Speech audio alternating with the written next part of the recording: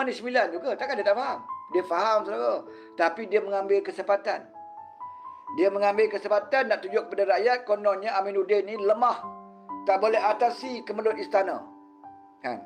Saya je yang boleh. Cuba bagi dia jadi menteri besar. Kita tengok apa dia boleh buat. Tak boleh buat sesuka hati juga. Kalau dia jadi menteri besar pun, dia kena ikut juga perlembagaan yang ada.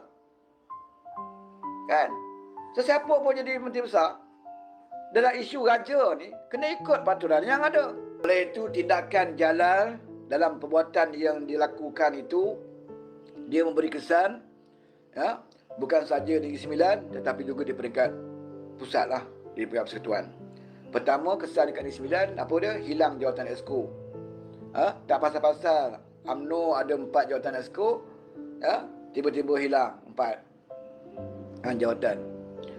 Kalau kat negeri lain tu kadang berebut nak dapat jawatan, kan? Siap minta lagi kota parti masing-masing untuk dapat jawatan. Tiba-tiba kat Negeri Sembilan ni dah dapat banyak dah, 4 jawatan Exco yang diberikan. Tapi ada perangai kerana seorang manusia yang rakus, yang gila kuasa, menyebabkan orang lain hilang habis semua. 4 jawatan Exco hilang di Sembilan, UMNO punya. Hilang jawatan dalam JSC, kalau ada JSC kat Selangor ataupun agensi lah, agensi ke JSC ke, kan di Sembilan tu yang diberikan kepada tokoh-tokoh UMNO akan hilang lah, saudara. Sebab engkau sendiri bukan kau dibuang, dia tak dibuang. Exco ni pun tak dibuang, kau sendiri yang lari.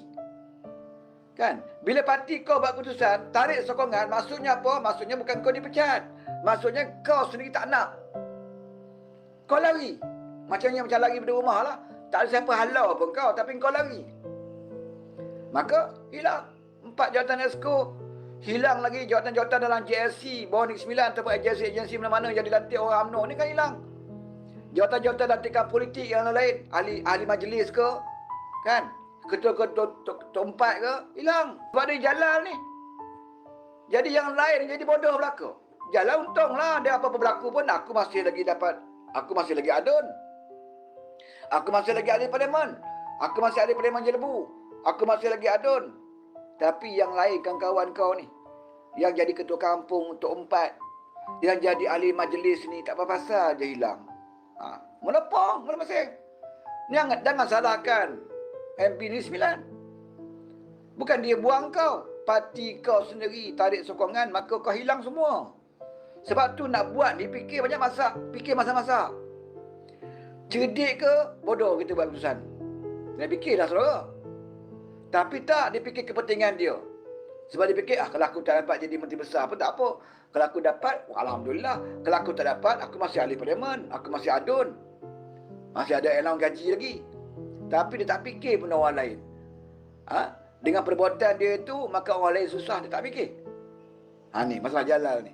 Itu masalah di dalam Negeri Sembilan. Masalah di peringkat persekutuan apa? Di peringkat pusat. Pertama sekali dia menyusahkan presiden dia. Zaid Hamidi tu kita tengok buat kerja sama naik dengan Anwar, kan. Ada je program dia, kerja banyak, buat kerja nak naik ni, berganding bahu dengan Anwar ni. Nak jaga negara kita ni dalam keadaan krisis global, krisis perang Iran-Iraq, Iran dengan Israel, Amerika ni, memberi kesan dengan harga minyak dunia, kan. Zaid bekerjasama ni, kan, dengan Anwar Ibrahim ni, bantu Anwar Ibrahim ni nak jaga negara kita ni, nak jaga kepentingan rakyat ni. Tiba-tiba kau beratkan beban kepada Zaid dengan isu macam ini, kan. Hilang tumpuan Zaid lah, serabutlah Zaid, kan. Apa nak jadi parti aku ni? Dialog dah okey dah ni. Negara kita nak tunggu, nak kerana bertanding solo pun berapa tahun je lagi nak pilihan raya. Masa tu buat keputusan lah nak solo ke apa, kan. Sekarang perhabis lah. Di peringkat persekutuan pun kita ada persefahaman, kita ada perjanjian dah. Kajian perpaduan ini hanya dimeterai hingga PRU16. UMNO pun tahu, Persatuan Nasional tahu, kan. Persefahaman yang dibuat adalah kerjasama sehingga PRU16. Lepas tu kita pulang pada parti masing-masing buat keputusan. Tapi sehingga PRU16 kita kena kekalkan kerajaan ini. Itu perjanjian di peringkat persekutuan. Kenapa negeri kita langgar? Tak sabar nak tunggu pilihan raya. Sebab dalam PRN itu kau gagal.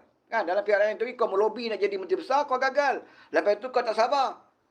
Melobi payah, nak tunggu PRN lambat lagi. Cara dia apa? Terbuat atap lah. Ini yang kau buat kat Negeri Sembilan. Kerana perbuatan kau tu dah menyusahkan Zaid dengan Mak Hassan.